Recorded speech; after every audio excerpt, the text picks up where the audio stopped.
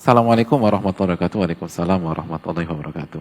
Ustadz, suami ana jika tidur suka buat pulau di bantalnya. Atau dalam diksi lain huruf I, huruf L, huruf E, dan Ro. Ya, aman ya. Dan itu bau menurut ana. Terkadang ana suka memilih bantal agar tidak tertukar dengan bantal suami sebelum tidur. Dan suami ana tahu kelakuan ana sebelum tidur itu. Dan dia memakluminya. Tapi ketika ia tahu pertama kali perbuatan anak tersebut, ia sedikit agak kecewa dan berkata, "Ya Allah, kamu segitunya ya sama aku." Karena anak suka mual jika mencium bau ILE roknya. Apakah anak zalim memperlakukan suami anak seperti itu? Meski suami anak sudah ikhlas dengan kebiasaan anak tersebut karena tidak tahan bau ILE dan roknya.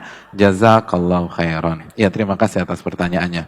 Yang pertama, selamat datang dalam kehidupan rumah tangga. Bayangkan, pulau dalam sebuah bantal saja bisa membuat masalah. Itu baru pulau. Untuk istrinya, kalau bisa tidak merespon demikian itu lebih baik, dan itulah sunnah Nabi Shallallahu Alaihi Wasallam. Masih ingat nggak hadis riwayat Imam Hakim, hadirin? Hadis riwayat Imam Hakim, Nabi SAW mengatakan, haqquz zauj ala zaujah. Hak suami yang wajib ditunaikan oleh istrinya. Anlau kanat bihi qarhah. Apabila suami memiliki luka yang masih basah. Dalam riwayat, luka yang bernanah. Falahasatha. Lalu luka yang masih basah itu, dalam riwayat yang bernanah itu dibersihkan oleh istrinya dengan menggunakan lidah. Maka dia belum menunaikan hak suaminya. Nggak ada yang perlu Anda banggakan gitu loh. Itu belum menunaikan hak suami. Jadi kalau luka yang bernanah saja seperti itu, apalagi sebuah pulau, ya itu lebih ringan lah, cuman pulau. Ini luka nanah, emang nggak bisa diganti ya? Nggak bisa, artinya bantal suami itu diganti sebelum tidur. Pas suami ke kantor, terus ganti dengan, oh itu kali ya, artinya pulaunya itu mungkin tembus kali ya, sampai ke kedalaman tanah berapa puluh meter ya.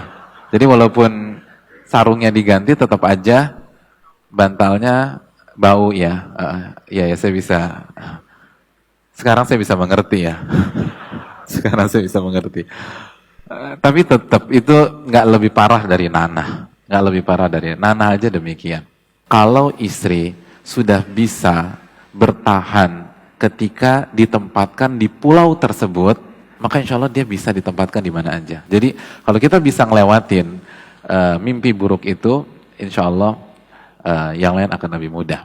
Bagi sang suami, tolong berusaha dirubah. Dan kurang cocok juga pakai dalil, kalau buat suaminya, kalau buat istrinya cocok dalilnya.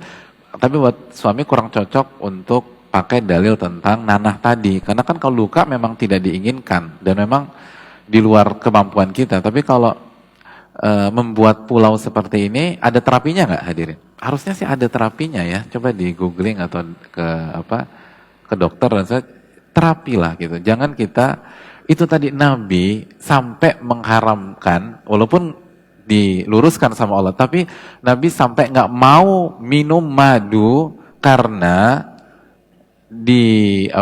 dikomentarin bau maghfir. Jadi Nabi tuh nggak nyaman jika ada bau yang kurang sedap dari diri beliau ke istrinya. Dan kita tadi bahas bahwa langkah pertama Nabi SAW ketika masuk rumah adalah siwak.